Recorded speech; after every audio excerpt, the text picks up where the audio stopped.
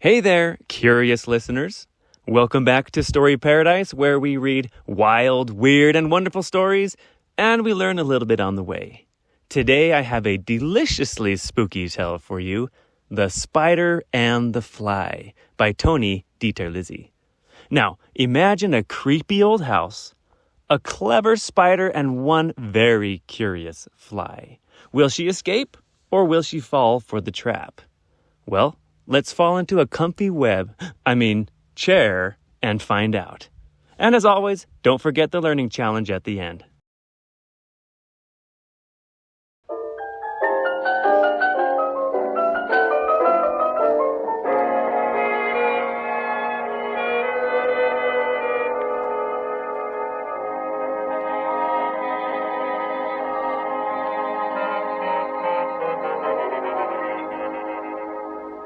"Will you walk into my parlor?" said the spider to the fly.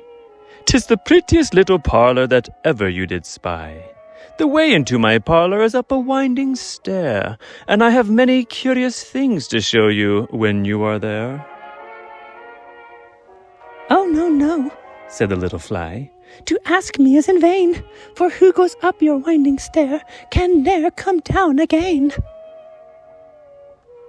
"I'm sure you must be weary, dear, with soaring up so high. Will you rest upon my little bed?" said the spider to the fly. "There are pretty curtains drawn round, the sheets are fine and thin, and if you like to rest a while, I'll snugly tuck you in." "Oh, no," said the little fly. "For I've often heard it said, they never wake again who sleep upon your bed."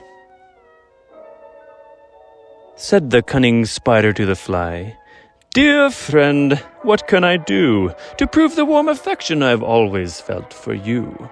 I have within my pantry good store of all that's nice.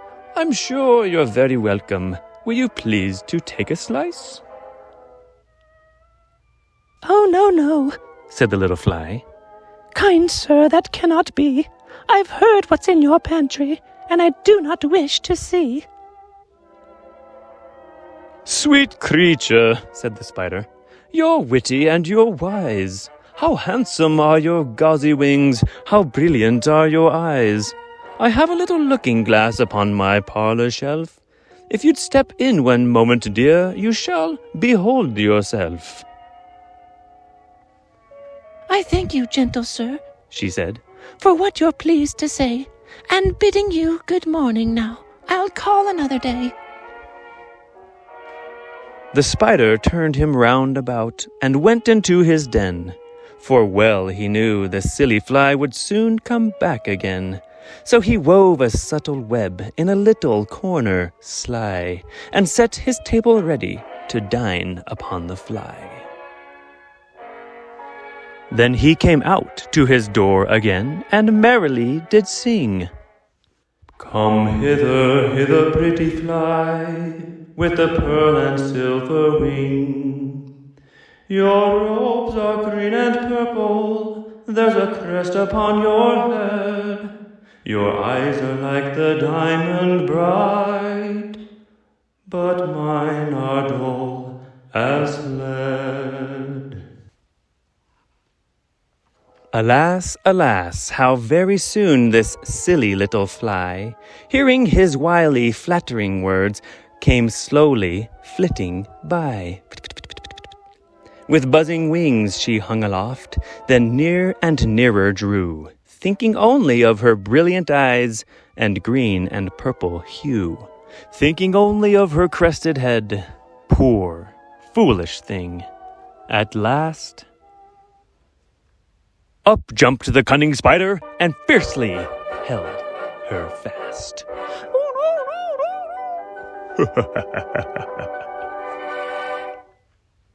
He dragged her up his winding stair into his dismal den, within his little parlor, but she ne'er came out again. And now, dear little children, who may this story read, to idle, silly, flattering words I pray you ne'er give heed. Unto an evil counselor, close heart and ear and eye, and take a lesson from this tale of the spider and the fly.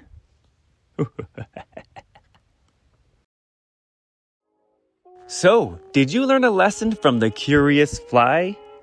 Well, let's see what you did learn from this story in our learning challenge.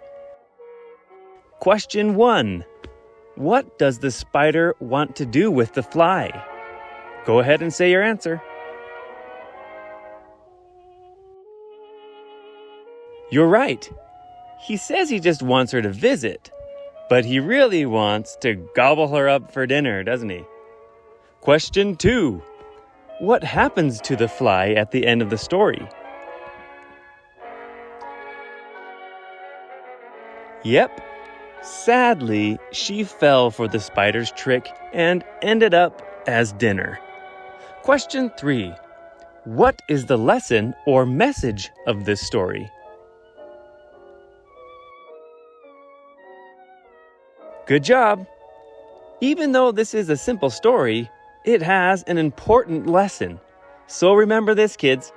You should always get permission from your parent or guardian before you go anywhere with anyone. Be safe and have fun. Okay, good job today. Make sure you like and subscribe to Story Paradise. Bye.